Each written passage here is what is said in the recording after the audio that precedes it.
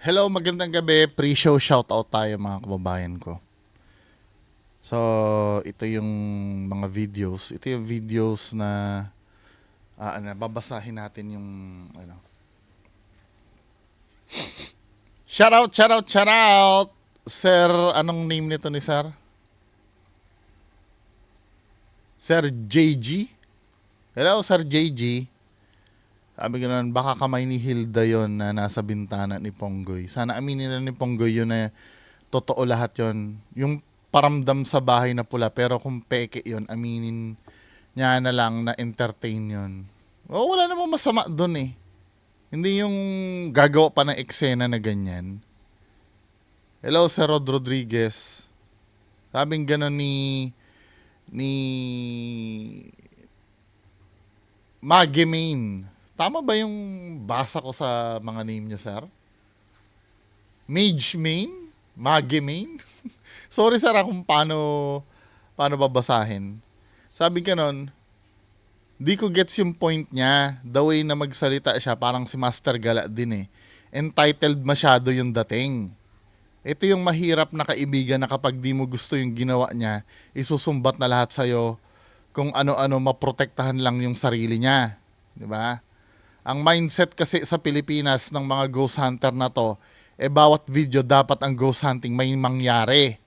Sample tong si Donsky na ginaya si Omar Gosh TV. Pati pangalan ginaya dun palang alam mo na. Ang laging sinasabi ng mga ghost hunter sa ibang bansa, di lahat ng video kailangan may makuna ng video. Ang paranormal di nangyayari sa isang oras, isang araw, o isang buwan. Saan ba yan? Isang araw, isang buwan na pag-hunt. Kung may mangyari na paranormal, mangyari at mangyayari. Kung kailan yon ang yun ang di mo malalaman. Kaya may time frame sila 2 days explore, mga ganyan to prove. Kung wala makuha, di yun ay proof din para yun sa lugar na ini-investigate. Yun ang hindi naiintindihan ng netong mga ghost hunter kuno dito sa Pilipinas. Kasi ang purpose lang talaga nila is for the money. For the views and subscribe. Yun nga kaya ka nga, ito yung, tama ito sinabi ni Sir Maggie Main ba? Mage Main? Or kung anong, ano. Kasi, kaya ka nag-i-investigate, gusto mong malaman yung truth. Yung katotohanan. Totoo ba talaga? Kaya nga paranormal investigation eh. Ang meaning ng investigate, para malaman mo yung truth. Hindi para sakyan yung testimonya ng mga ano doon, ng mga saksi doon. Parang yung kay Master Gala kasi, yan kasi ang sinabi sa akin eh. Yung mga nangyari naman doon, sinabi naman ng caretaker yan. Oo nga, pero ang gawin mo, investigate mo kung totoo ba talaga yung sinasabi ng caretaker. Kasi ang ginagawa ni Master Gala, pinipilit kang i-confirm yung sinabi ng caretaker. Diba? Kaya ka nga nag-investigate, totoo ba? Let's say, may nagpapakita daw ditong white lady sa lugar na to. May nagpapakita. Totoo ba na may nagpapakita white lady? Tingnan nga natin, magtanim tayo ng camera. Maghintay tayo. Anong oras ba magpapakita yon? Let's say, alas 12 ng hating gabi. Tingnan natin.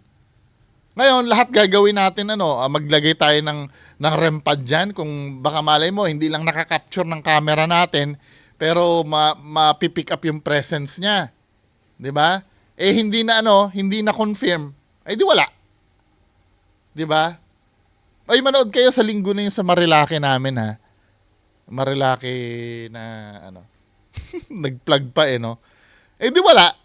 Kung walang makita, di wala. Kung may makikita dun sa video mo na kakaiba, guys, ano ba itong nakita na to? Huwag mo i-confirm na yun ay paranormal o hindi. Guys, may nakita dito sa video ko, ano sa tingin nyo? Diba? Ako hindi ko rin maipaliwanag. Baka kayo mapapaliwanag. Yan ilaw lamang. Magkakaroon ng discussion. Pambihira naman kasi. Parang ang gustong mangyari, sinasadya lang. Alam nyo ba, parang nabababoy kasi yung itong larangan na to. Na nawawala na yung puwang ng mga gustong magseryoso. Hindi sinasabing bawal yan, ano? Hindi naman sinasabing bawal yung ginagawa nyo. Ang ano lang, ideklara nyo lang talaga kung totoo o hindi. Kaya nga lang, ang ang iniisip nyo siguro, hindi magkiklik yan pag inamin yung peke ang ginawa nyo. Kailangan may involved na panluloko eh. Kasi doon sa panluloko na yon, mas titindi yung video nyo pag may reputasyon na totoo. 'Di ba?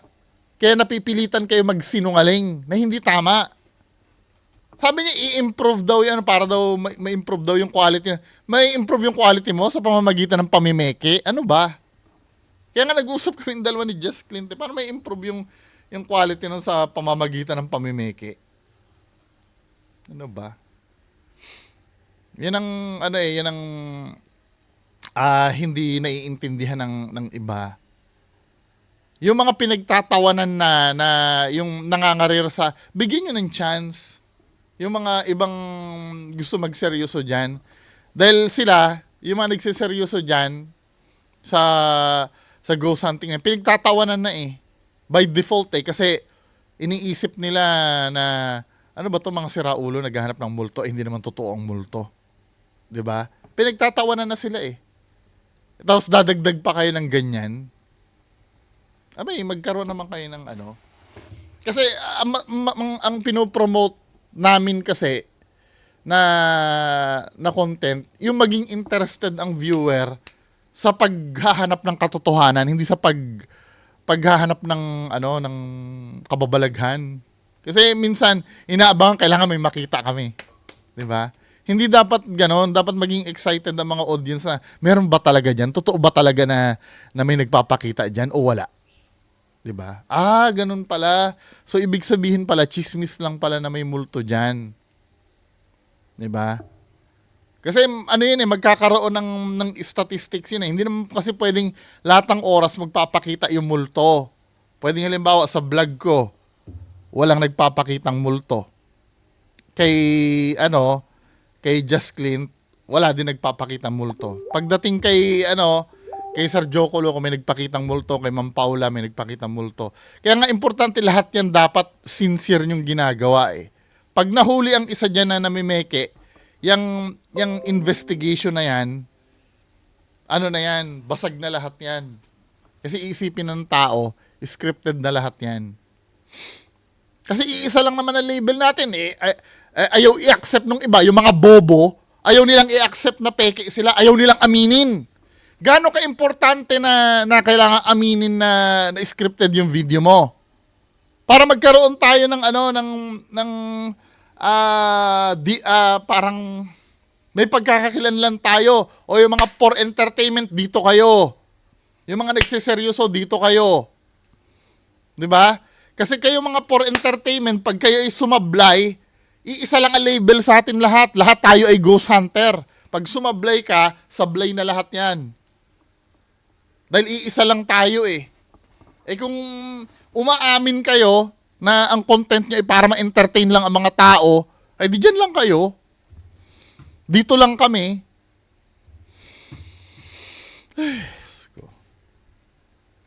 Hello, Ma'am Erlinda Balatukan.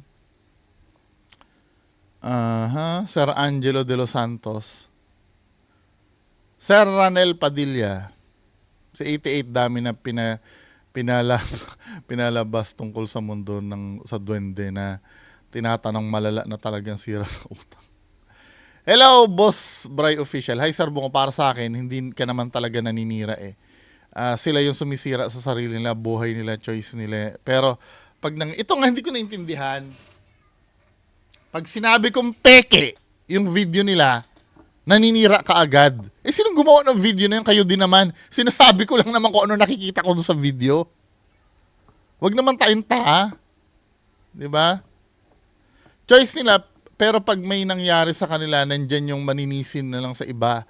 Kaya pilit nililinis ang pangalan niyan kasi di pwedeng makonekta yung pamimeke niya sa kapatid niya.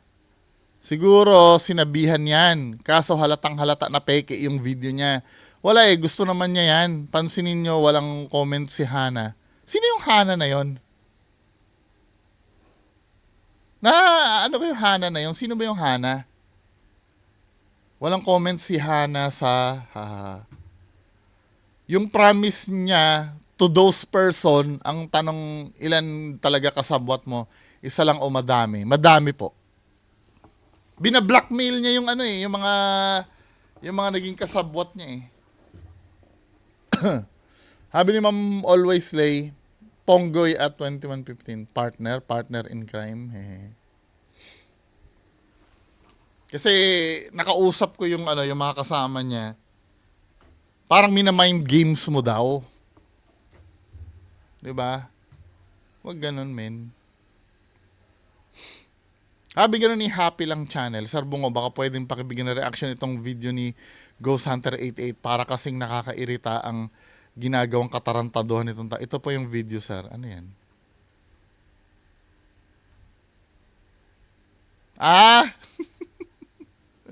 Yung may natuklas ang duwende sa Pilipinas, panoorin mo hanggang dulo.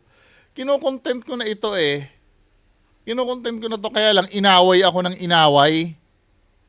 Alam mo yung tinamad na lang ako.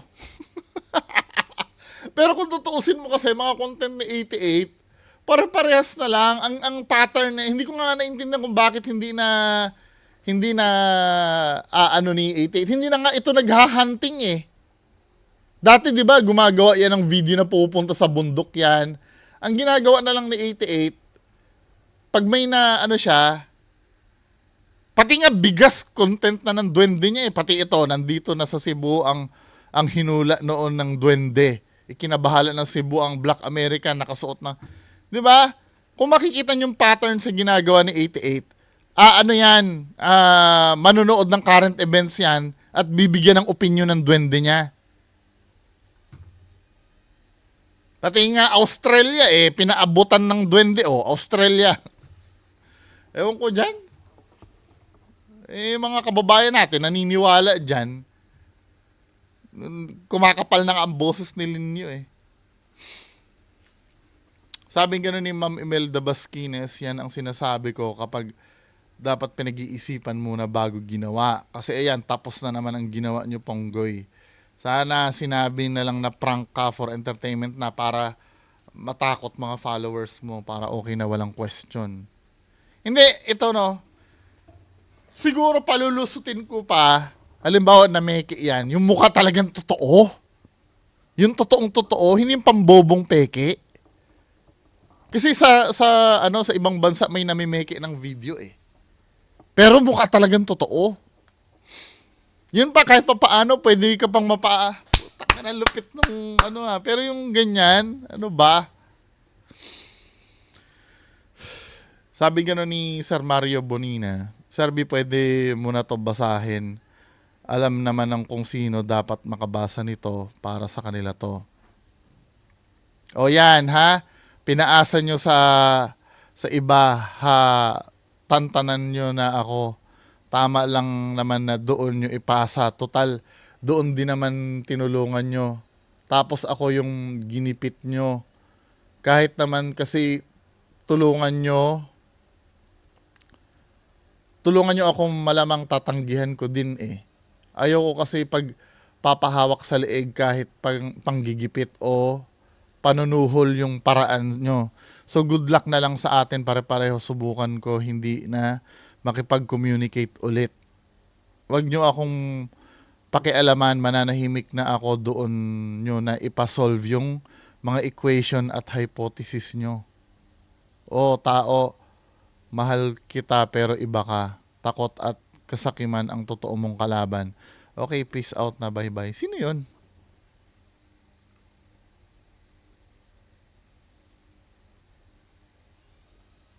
Ano yun? Sabing gano'n ni Sarma mong agree din bro bung para sa Ghost Hunters kung wala naman silang nasumpungan na paranormal ay okay lang yan. Ang mahalaga ay hindi pineke or every time na magko-content sila ay parating may paranormal na gawa-gawa lang din pala nila. Tapos ay iiwan na lang nila ang decision sa mga manonood. Kasi ganito yan, men, no? Ang gumawa ng culture na yan, sila ding mga namimeke, lalo na sa Mindanao eh.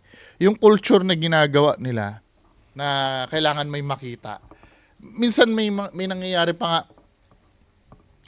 nakumpara pa yung mga taga Luzon. Eh, ayoko manood ng taga Luzon, wala naman nakikita doon sa video nila. Sa mga taga Mindanao. Maraming nakikita, di ba? Nakakalungkot na naging ganun yung standard. Tapos may sinisi pa, no? Sino ba nag-ano ng standard daw ng pag-go hunting? Parang naninisi pa na kailangan pinataas yung... Talagang kailangan pataasin ang standard ng pag-go hunting. Kasi alam mo, hindi naman dahil lang sa pagiging peke at totoo yung video eh. Alam nyo kung bakit kailangan pataasin ang standard ng pag-go hunting? Kasi yun ang pinagmumula ng scam. Maraming nahihinga ng pera tungkol dyan. Meron pa nga nahihinga ng iPad eh. Nahalagang 70,000 eh. Minsan nga nanghihingi ng budget eh. 'Di ba? Ngayon naman yung OFW naman magpapadala ng budget, tapos yung pupuntahan nila pepekein din lang naman pala. Alam mo kung gaano kasakit 'yon? Sa Mindanao ang dami nilang nagoyo diyan, pinaniwala nila na totoo yung tutulungan nilang aswang na nahuli. Tapos yung pala kapitbahay lang pala nila na bata yung aswang na nahuli. Open for ano kasi yan eh, kapag hindi natin nasala yan eh. Maaring si Sir Ponggoy, maaring ang hangad niya lang talaga ay views at subscribers lang, di ba? Para lang umangat yung channel niya. Malay mo yun lang naman. Eh paano yung ibang gagaya sa kanya na makuha yung potential niyan? Yung potential niya na gamitin sa pang-i-scam? Pwede yan. Ang daming kwento sa likod ng pag-go hunting. Sa likod ng mga camera, ang daming kwento na maraming naluloko na OFW. Di ba? Hello, Sir ni Lester. Di dapat kinukonsinte intentional manloko. Yes. Yung sasadyain mo. Sabi ni Sir Mark, kung tutuusin yung mga supporters ni Bungo pa ang nakakaambag ng views sa mga fake. Oo, totoo ito. Di ba? Akala nyo ba ma-offend ako pagka sinasabi nyo sa akin na hindi, ang gusto niya ma-debunk siya para mapanood siya. Ikaw naman, dinidebunk mo, nadadagdagan tuloy ang views niya. Gusto ko talaga mapanood sila ng tao. Hindi naman ako yung malakulto malakulto ang pamamalakad na, oy, dito lang kayo sa akin manood, wag niyo panood. Advocate ako ng pagsusuri. 'Di ba? Yung mga idol yung peke, pinagbabawalan kayo manood sa akin. Yan ang dapat naiintindihan nyo. Huwag ka manood doon kasi naninira lang 'yon. Bakit hindi mo panoorin? Bakit hindi mo pasuriin yung tao? 'Di ba? Ngayon, kung ako man ay nagko-contribute sa views nila, walang problema sa akin. Ang importante, masusuri ng tao. Sino ba nagsasabi ng totoo? Ako ba? O yung kabila? 'Di ba? Di panoorin nila, wala naman sa akin problema 'yon. Hello, Mamba. Sa Rapi Medina, Ma'am May Malagenya. Sino to? Imrat Sapphire or Imrat Sapphire? Christoph, hello. Sir Ma'am Dasal La Peru, hello.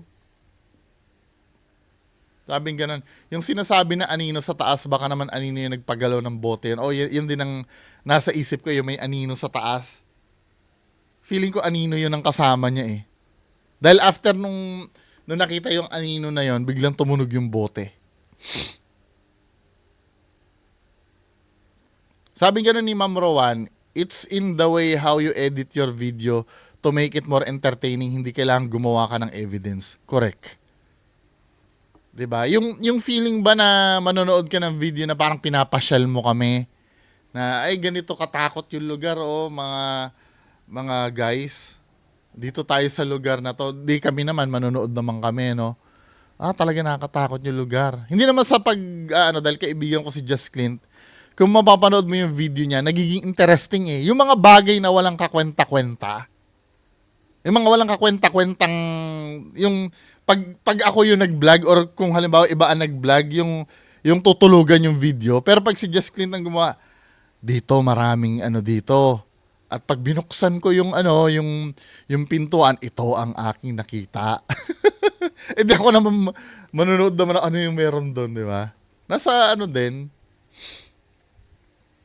Sabi gano'n ni David Alwin Mendoza, chill lang po bungo. Ganyan po talaga kapag nahuhuli mo ang panluloko ng mga fake vloggers. Todo tanggol sila sa sarili nila para di mawala ang credibility nila. Hello, Dan Torrente. Walang magawa TV. Sabi gano'n, bakit gano'n siya, men? Halip na gumawa siya ng sorry sa fake video niya, panay explanation niya. Tapos, galit siya sa tao. Di naman niya mapangalanan kung sino ba yon. Panay pa safe side. Ngayon, masasaktan siya sa nangyari. Defense mechanism niya. I-blame sa iba kung bakit mababa view niya. Talagang di niya tinatanggap na mali siya dahil nameke siya. Para sa akin yung nakita ko. Anong video ni Master Gala na to? Wala ka sa tubig. Pagpasok ko, ano, Ano niya? Sa biringan. Nireakan niya yung ano.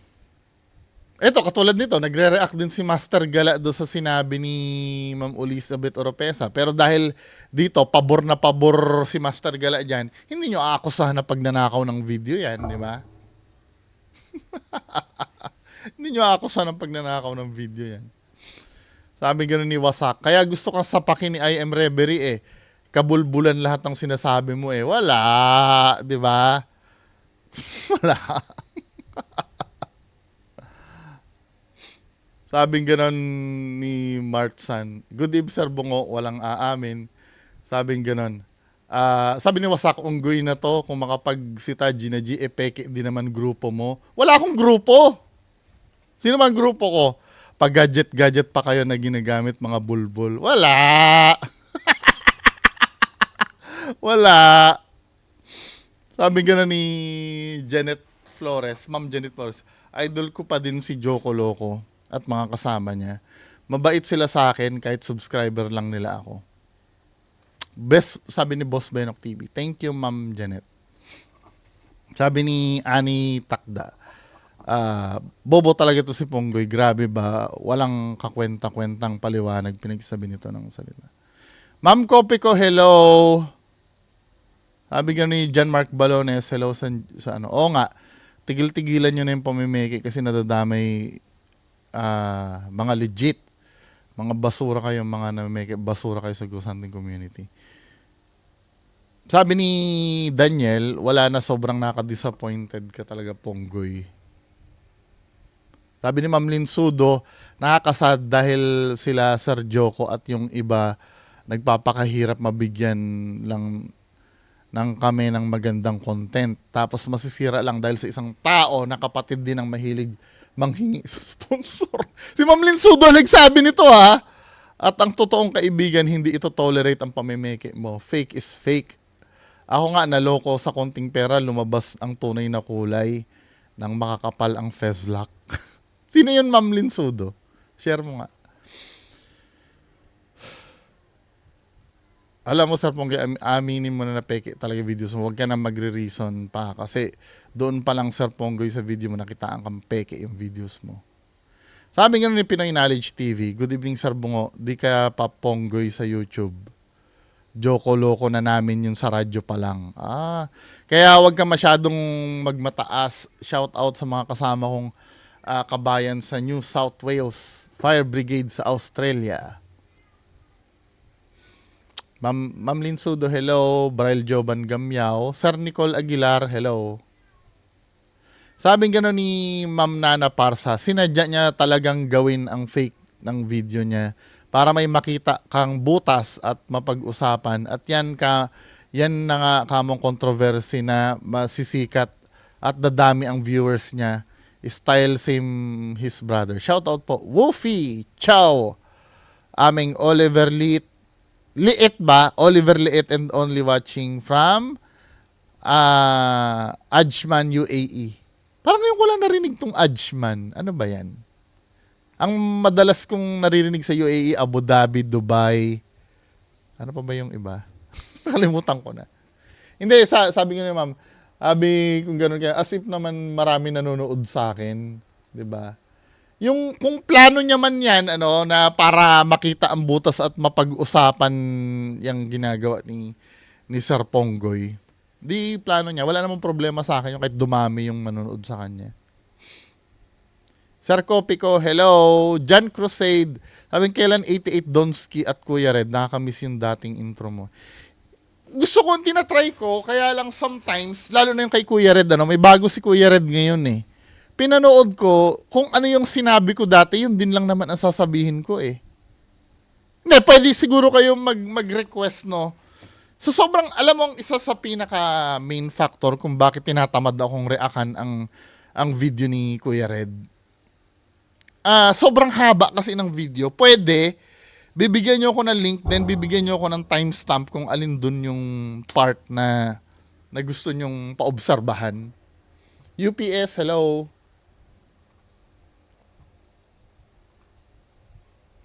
Next video tayo.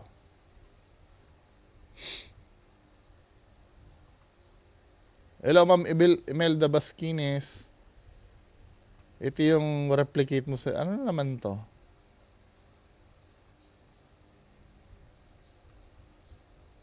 Kaibigan Duwende ni Ghost Hunter 88 nagpakita. Ito yung nag-Superman.